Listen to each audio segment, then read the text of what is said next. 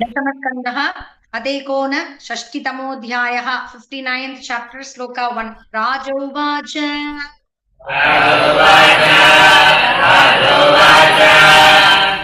यतो भगवता भौमो येन च तात्रियः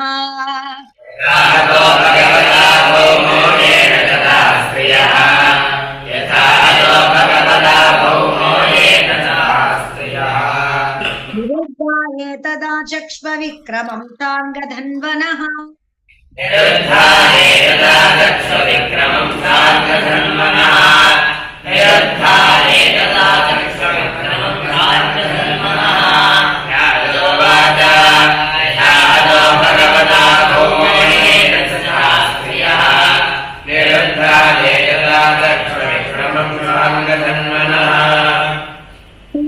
उवाच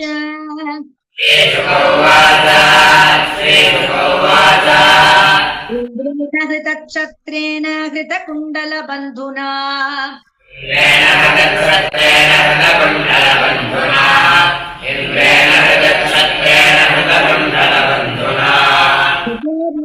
स्थानेन ज्ञापितो भौमचेष्टितम्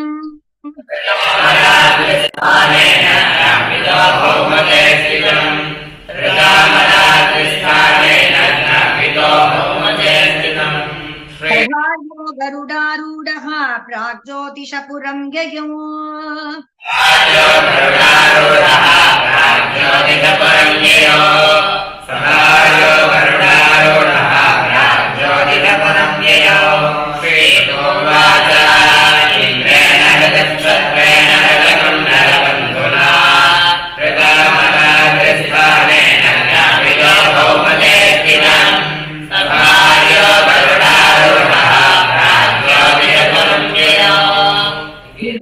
शस्त्रदुर्गैः जलाग्नि अनिलदुर्गमम्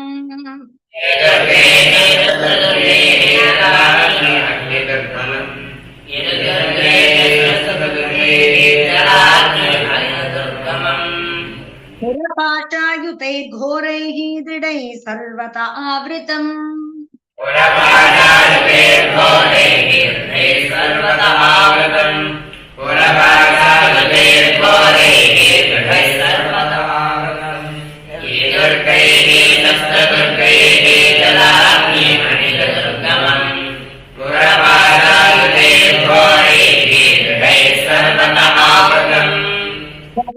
निर्विभेदाद्रीन् शस्त्रदुर्गानि सायकैः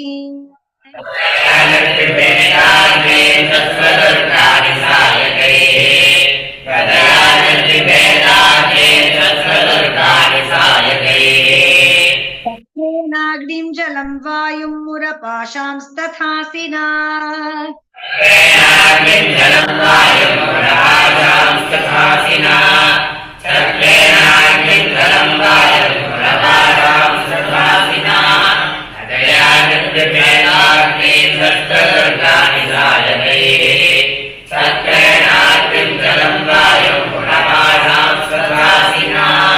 संकमादेन यन्त्राणि हृदयानि मनस्विना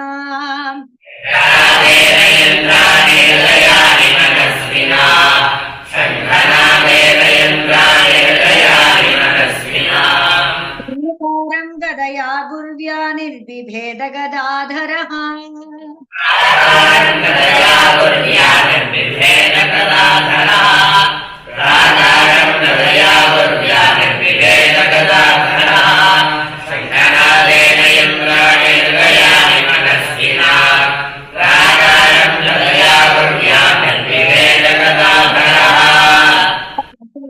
ध्वनिं श्रुत्वा युगात् शनिभीषणम्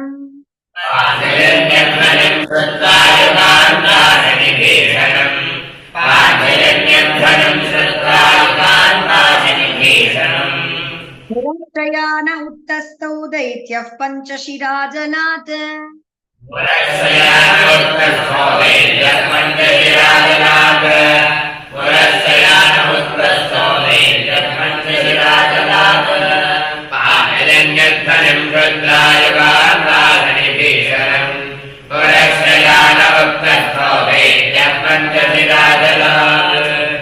विकोलम् उद्यम्य सुदुर्निरीक्षणो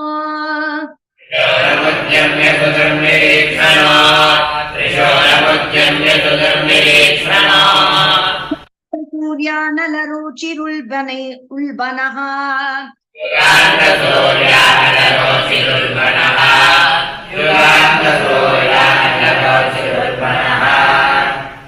त्रिलोकीमिव पञ्चभिर्मुखैः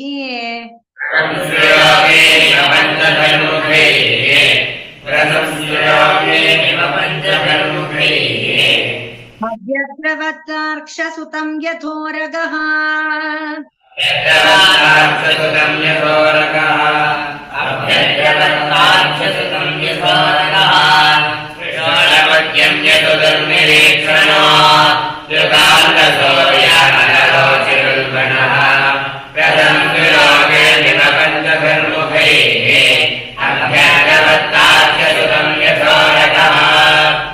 आदित्यशूलं तरसागरुत्मते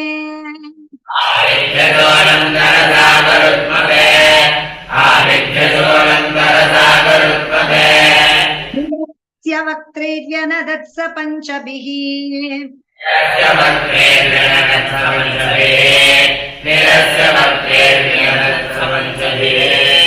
सगोदसी सर्वदिशोऽन्तरं महान्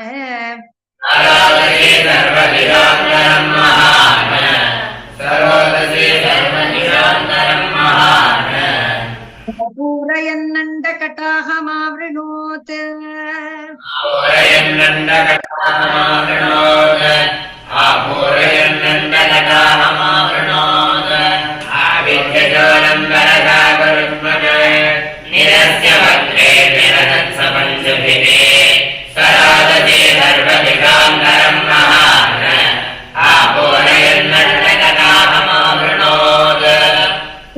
पदद्वै त्रिशिखं गरुत्मते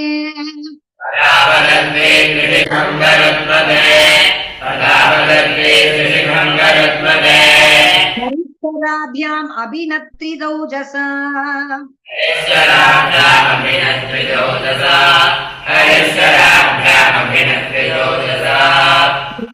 तं चापि शरैरताडयत्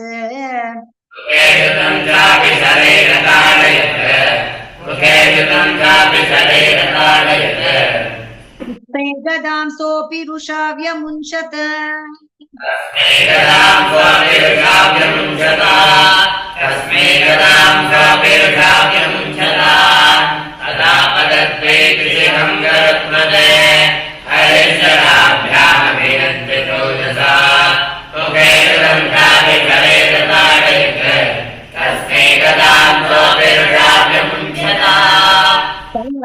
पतन्तीं गदया गदामृधे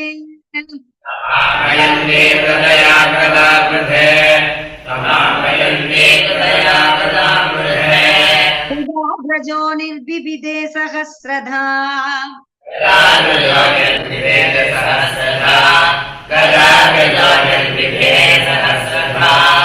उद्यम्य बाहूनभिधावतो जितः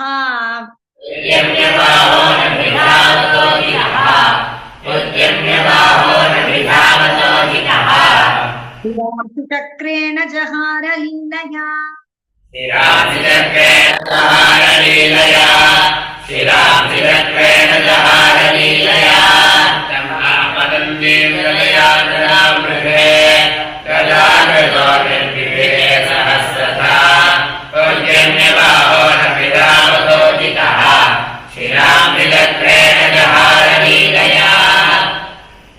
पपाताम्बसि कृत्तशीर्षो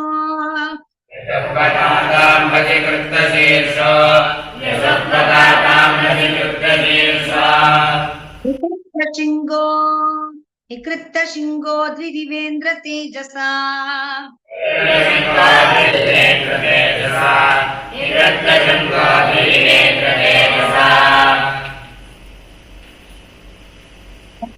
त्वजा सप्त पितुर्वधातुराः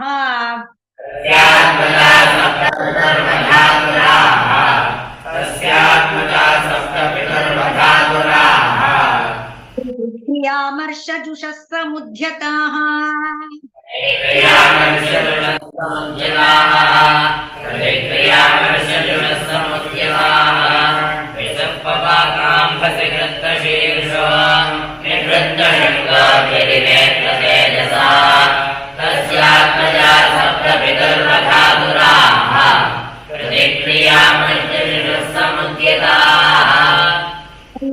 ताम्रोऽन्तरिक्षश्रवणो विभावसुः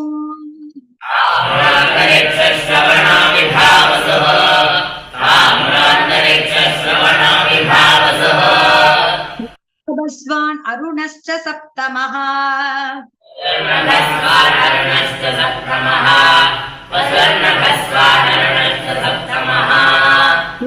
पुरस्कृत्य चमूपतिं मृधे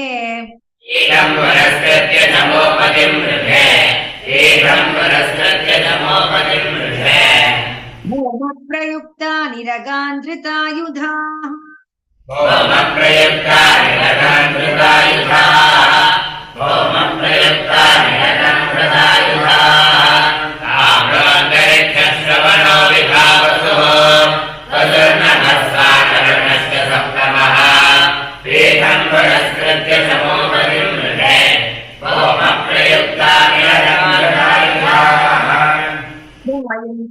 साध्य शराणसीन् गदाः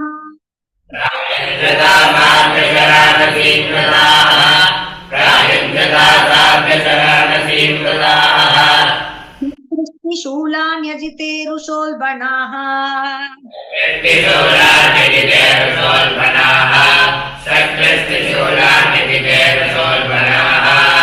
चित्रकूटं भगवान् स्वमार्गणैः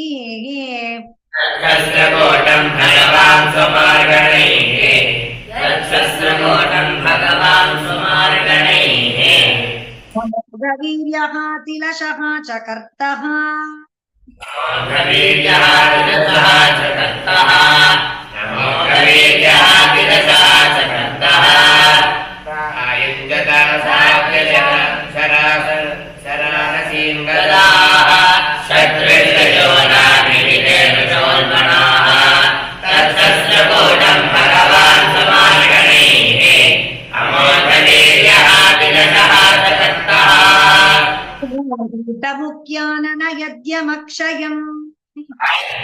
मुख्याननयद्यमक्षयम्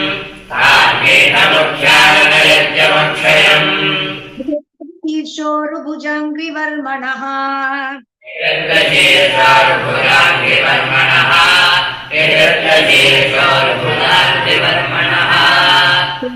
कपान् अच्युत चक्रसायकैः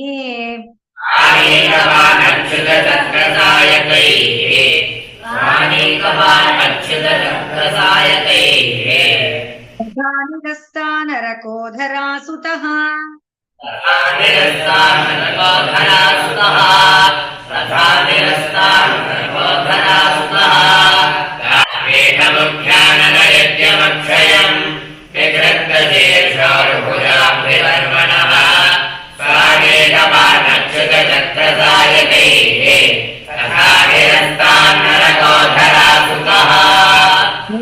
दुर्मर्शन आस्त्रवन्मदैः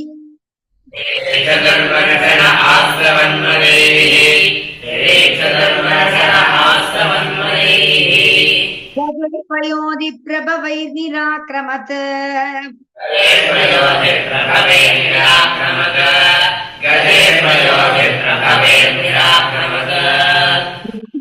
भार्यं गरुडोपरि स्थितम्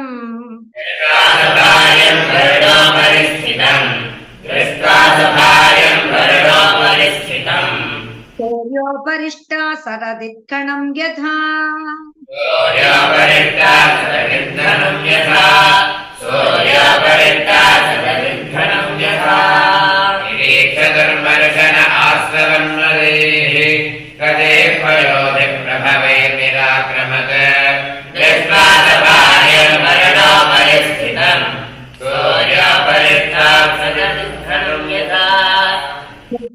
तस्मै व्यसृजच्छतग्निम्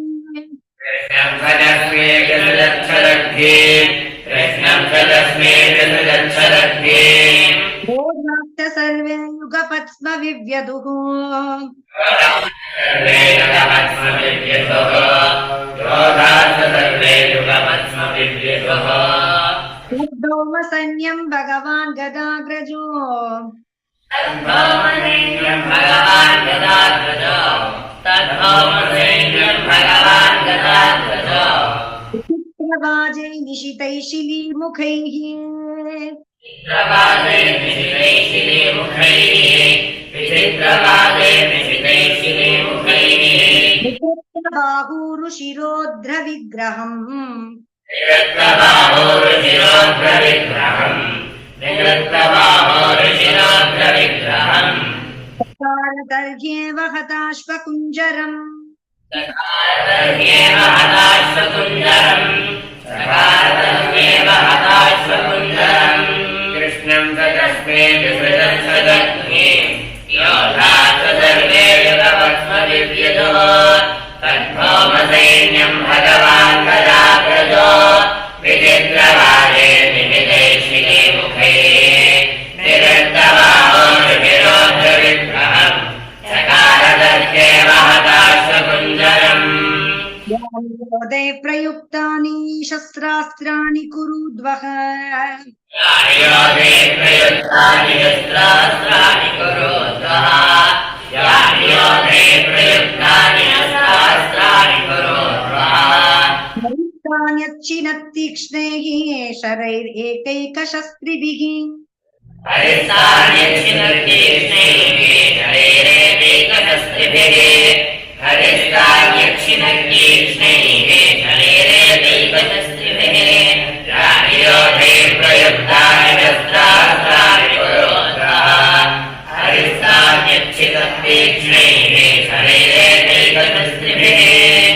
मुह्यमानस्तु पर्णेन पक्ष्माभ्यां निघ्नता गजान उह्यमानस्तु पर्णेन पक्षाभ्यां निघ्नता गजान उह्यमानस्तु पर्णेन पक्षाभ्यां निघ्नता गजान गरुत्मता हन्यमानाः तुण्डपक्षनखैर्गजाः गरुत्मता हन्यमानाः तुण्डपक्षनखैर्गजाः गरुत्मता हन्यमानाः तुण्डपक्षनखैर्गजाः उह्यमानस्तु पर्णेन पक्षाभ्यां निघ्नता गजान गरुत्मता हन्यमानाः तुण्डपक्षनखैर्गजाः पुनमेवाविषन्नार्ता नरको युध्ययुध्यत पुनमेवाभिसन्नार्ता नरको युध्ययुध्यत पुनमेवाभिसन्नार्ता नरको युध्ययुध्यत विद्रावितं सैन्यं गरुडेनार्दितं स्वकम् दृष्ट्वा विद्रावितं सैन्यं गरुडेनार्दितं स्वकम् दृष्ट्वा विद्रावितं सैन्यं गरुडेनार्दितं स्वकम् पुनमेवाभिसन्नार्ता नरको युध्ययुध्यत दृष्ट्वा विद्रावितं सैन्यं गरुडेनार्दितं स्वकम् भौमः प्राहरच्छक्त्या वज्रः प्रतिहतो यतः भौमप्राहरक्षत्या वज्रः प्रतिहतो यतः सम्भौमप्राहरक्षत्या वज्रः प्रतिहतो यतः ततया विद्धो मालाहतत इव द्विपः नादम्पतया विद्धो मालाहत इव द्विपः नादम्पतया विद्धो मालाहत इव द्विपः सम्भौमप्राहरक्षत्या वज्रः प्रतिहतो यतः नादम्पतया विद्धो मालाहत इव द्विपः सोऽयं भौमोच्युतं हन्तुम् आददे विततोद्यमः शोलं भौमोच्युतं हन्तुम् आददे वितथोद्यमः शोलं भौमोच्युतं हन्तुम् आददे वितथोद्यमः तद्वितर्गात् पूर्वमेव नरकस्य शिरो हरिः तद्विसर्गात् पूर्वमेव नरकस्य शिरो हरिः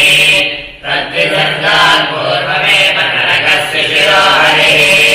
शोलं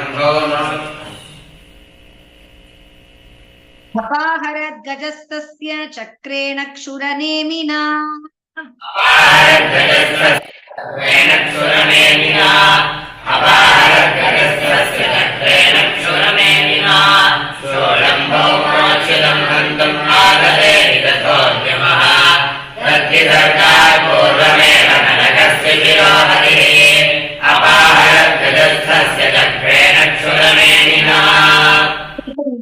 चारुकिरीटभूषणम्